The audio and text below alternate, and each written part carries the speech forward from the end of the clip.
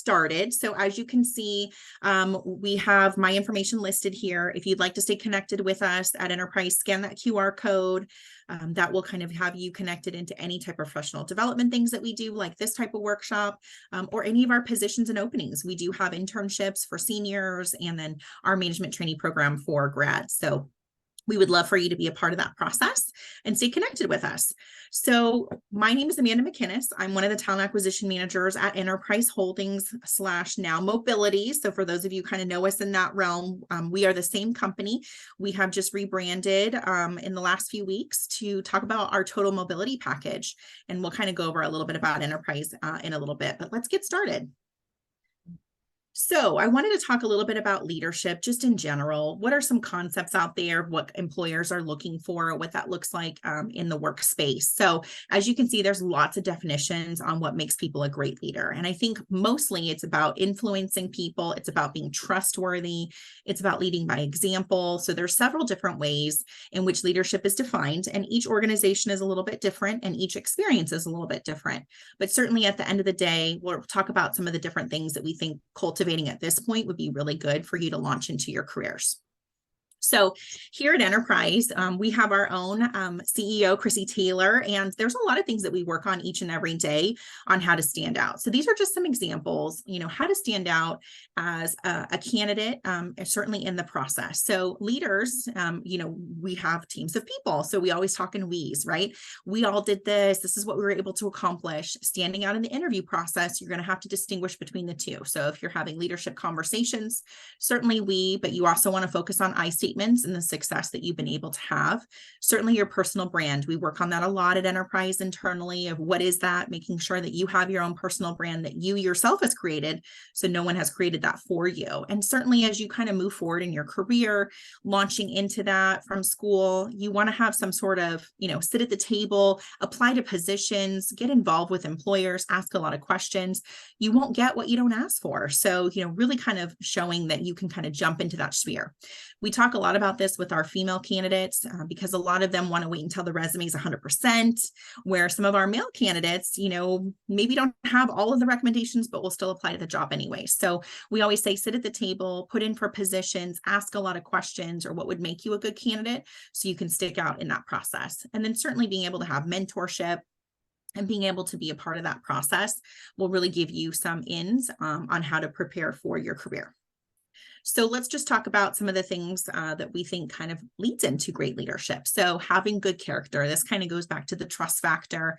What would people say about you? So I always say that's kind of a good rule of thumb is to go back and ask, someone that you work with, someone that maybe you interact with, like a professor or, one of your talent teacher assistants, potentially asking friends, what would they think about you? And is that really who your personal brand is? So that you have that character and leadership. Certainly being capable.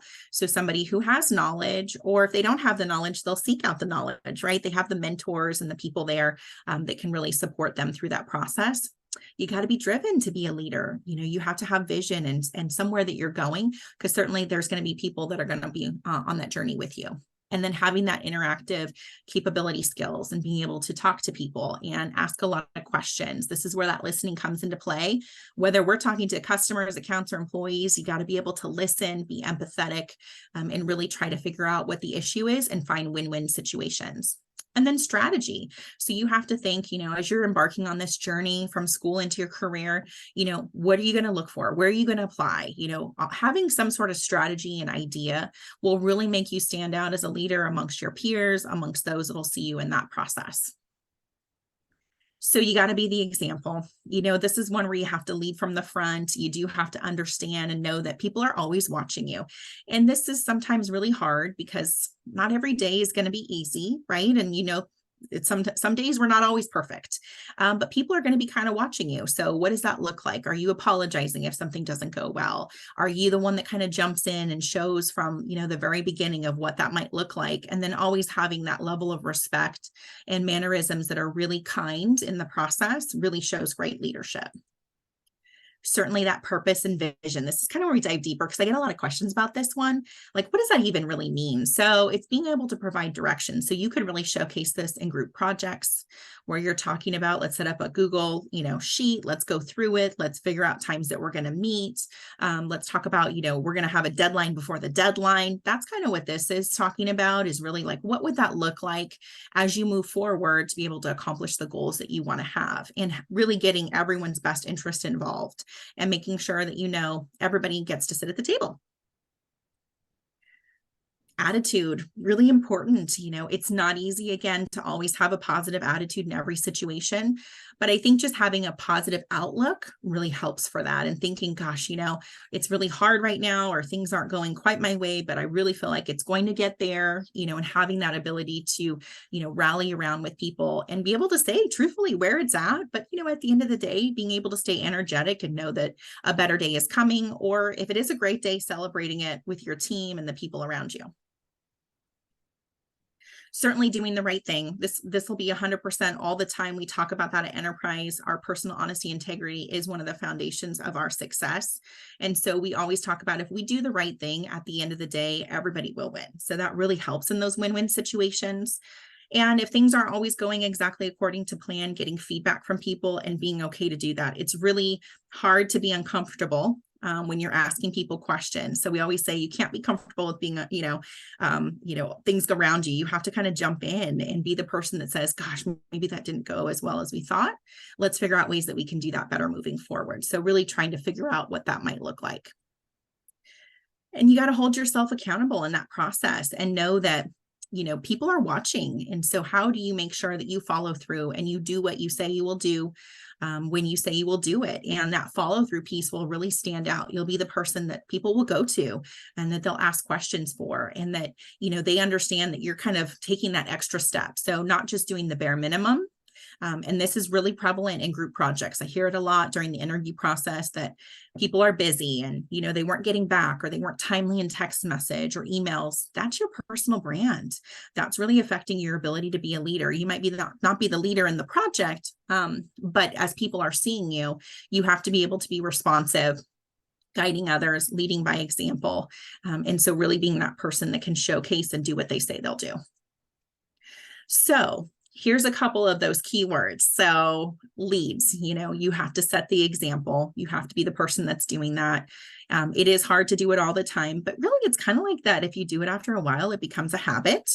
Certainly maintaining that positive outlook on, what's coming in the future and continuing to rally people around that. You got to be able to meet deadlines. You have to be able to follow up. And really, for the deadline piece, I really think it does go back to that communication. If you say you're going to call me tomorrow, then call me tomorrow. If calling me tomorrow is a little tough, then maybe you send me a message to say, I know I was going to call you today, but can I call you tomorrow? Right?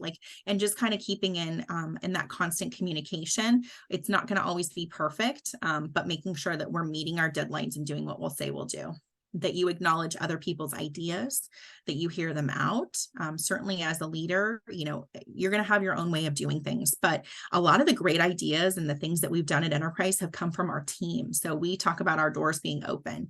And back in the day in Enterprise, we've been in business for over 65 years, but one of our employees said, hey, what if we pick people up? And that was very early on in our existence. And to this day, it's what we do. So, just something really simple, and listening to why we thought that was important at that time to share that has really changed the course of who we are and really improved our customer service. And then being that person that is promoting interpersonal trust that people can come to. And for these situations, you have to be really careful, right? Because people are going to share things with you.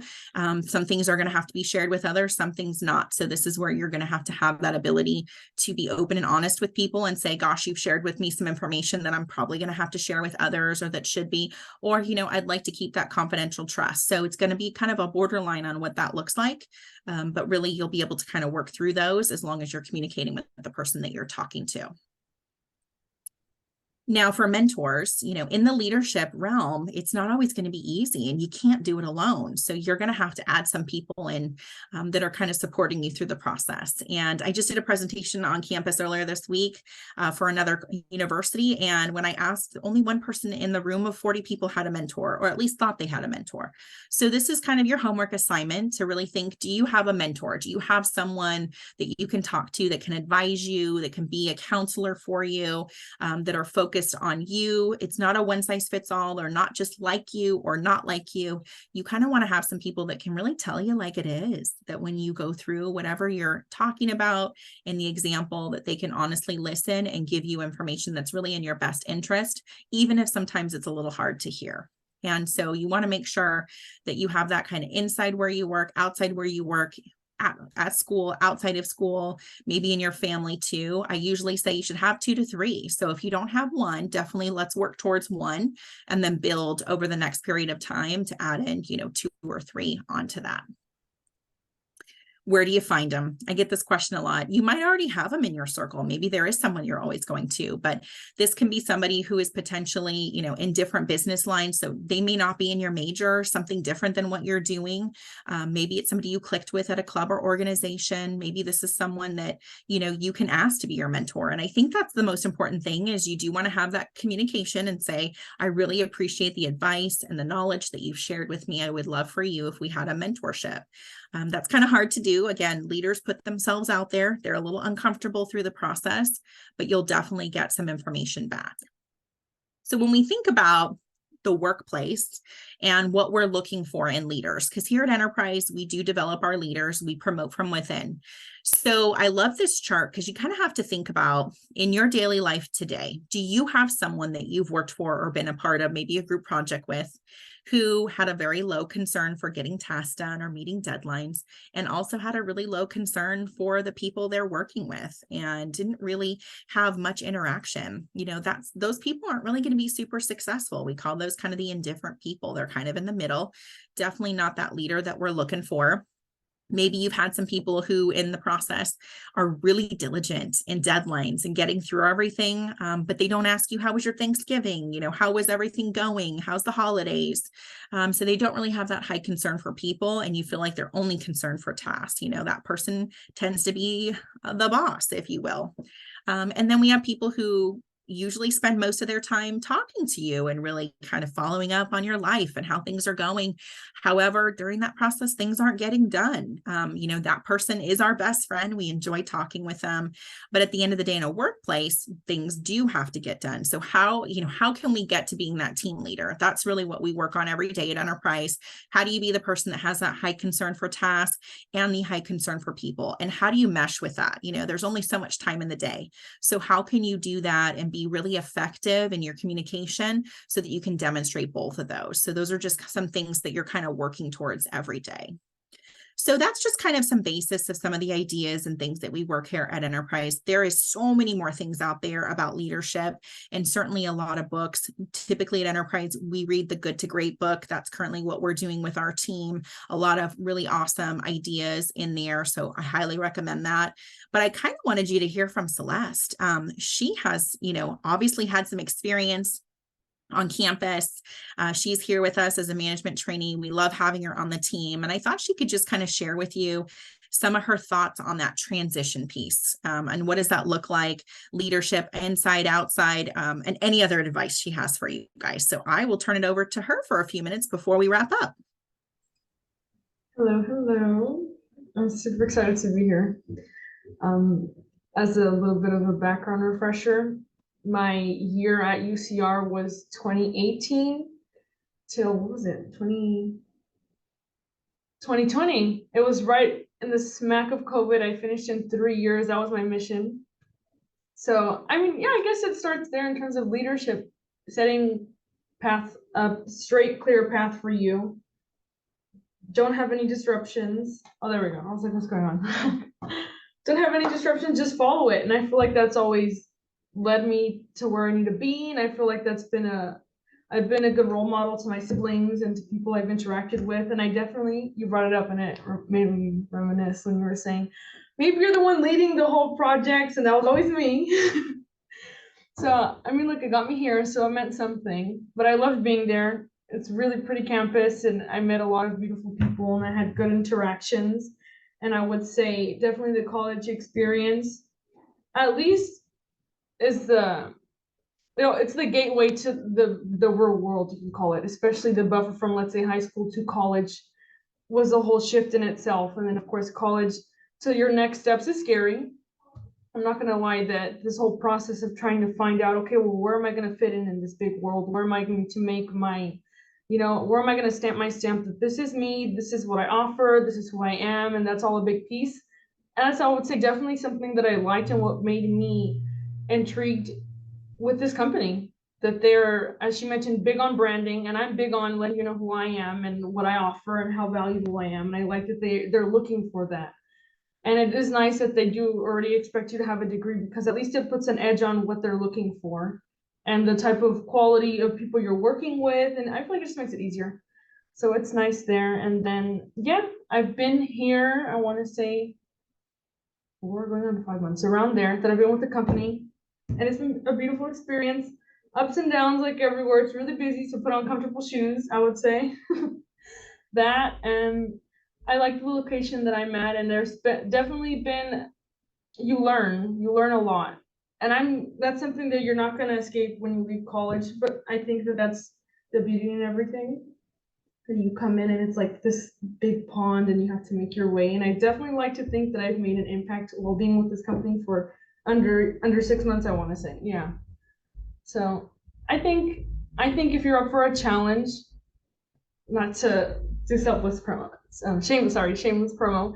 I definitely think though, if you're up for the challenge, it does not hurt to look for a big company with good values where I feel like for the most part, we have good reputations around here. So if you definitely want somewhere that they're looking for you, they want someone that's coachable, they're definitely open to help you and to guide you along this pathway called life, and then a work relationship and everything, a little bit of everything, honestly. So I would say it's a good challenge, and I definitely challenge you to definitely consider it.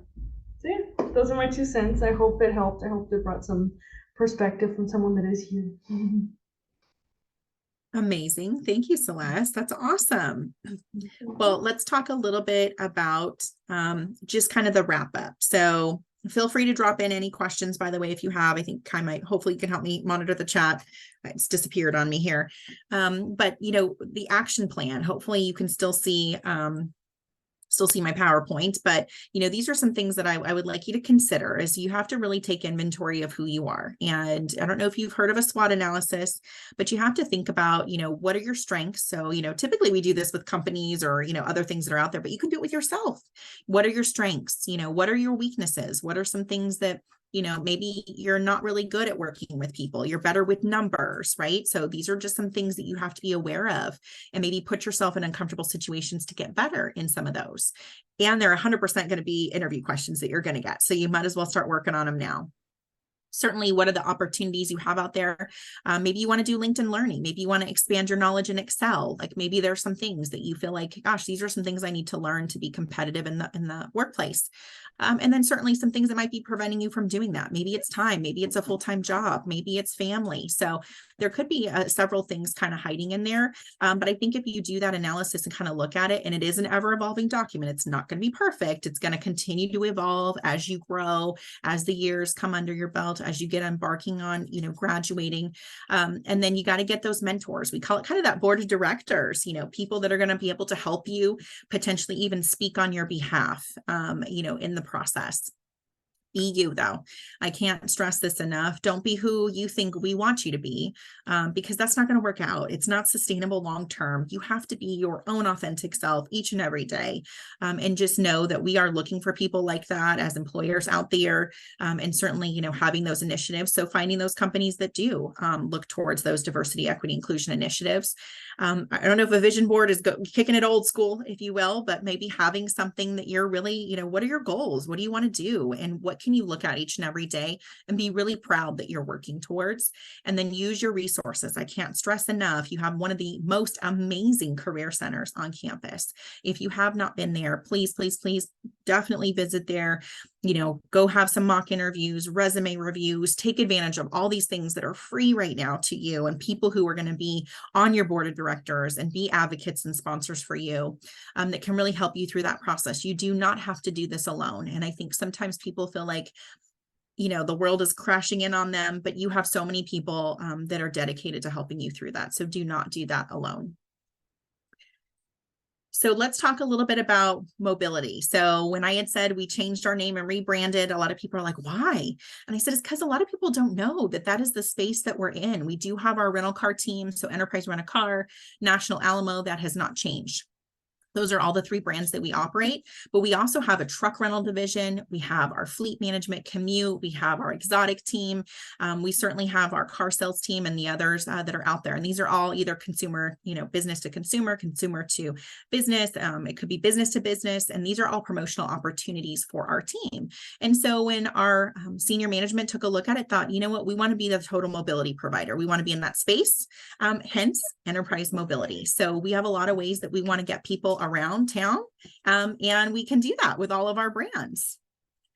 We are a very large company, as you heard Celeste say. I think a lot of people don't really know this. They think about the couple of locations down the street, but we are 90,000 plus employees strong in over 90 countries.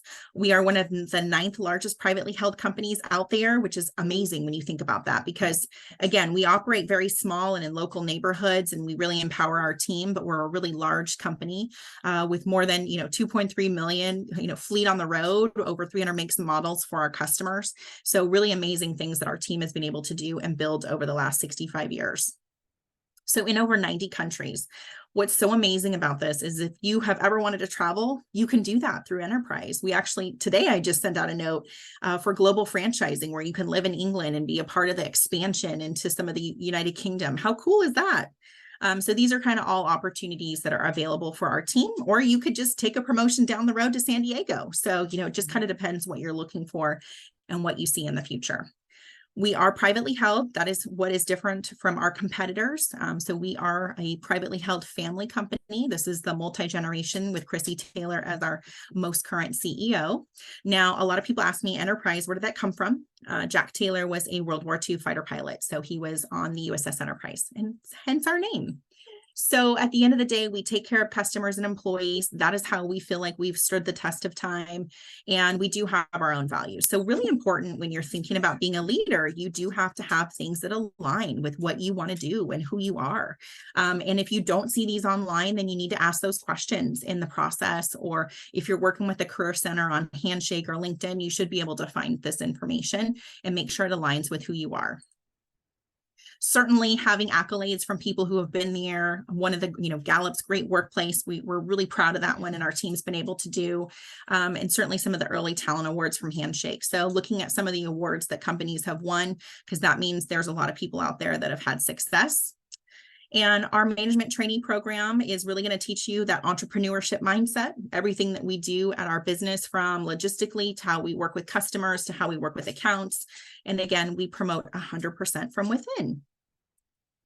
Now, I always get the question, what are we going to do day to day? We are a in-person position. We work with our customers' accounts each and every day, but you do get to learn all aspects from working with people to even how we promote our business and our marketing strategy to how we control our revenue and control cost, and logistically how we move our cars. How do we make it all work? And we get our whole team involved in that process and really empower them to make those decisions.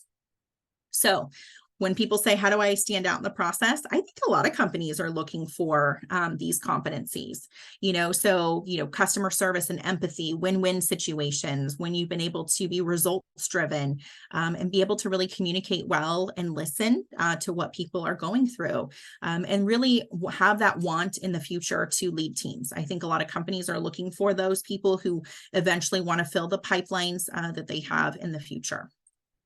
So at the end of the day, we do have our positions open. So we are 100% looking for people like you if you're interested in joining a sales and service organization. Our bachelor's degree is for our grads. So we're currently interviewing December grads right now. And then we have internships for those who are going into their senior year. So our summer internship will be opening shortly for our December 2024 grads. We do have an internship 4 times a year. So again, if you're interested in that, connect in with us. We would love to talk to you more about what that looks like. And certainly if you're interested in that internship, now's the time for any internship, enterprise or not, to really start applying in that process and getting in to have some of those face-to-face conversations with companies. So here is what our growth path looks like. Hopefully you could see these for lots of other companies out there, because I think, again, that growth pattern is really important. So as you can see, management training and promotion from within. So nobody will come in and take a position that hasn't already done that first role. I was a management trainee 21 years ago and have been really fortunate to move through and have different opportunities with the company. So we always say there's a home for everybody here, depending on what you love to do. Maybe you love business to business sales. Maybe you love that interaction in human resources. There's a lot of different positions that are available. So at the end of the day, hopefully you would consider enterprise. Hopefully you're reaching out to other companies too and asking a lot of questions, showcasing those leadership skills, doing your own SWOT analysis, trying to figure out what it is that you need to work on. Now's the time. I know everybody's busy and a lot of things going on, but time flies when we're having fun. So we got to kind of work on it today. I would love for you to connect in with myself and Celeste. If you're interested, we're happy to be here for you and walk you through any of the processes, answer any questions you have. So my LinkedIn's listed there. Feel free to email me as well. We know everybody's kind of registered in Handshake, so we'll send out a note just thanking you for your time and attendance today. But I wanted to see if there's any questions. I don't think I saw any yet. Anybody want to unmute and ask anything?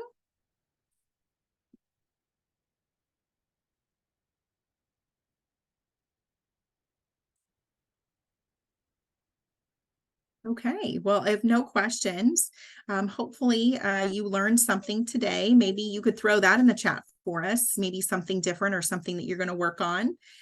So, we could kind of share that out. If you're not able to talk, totally get it.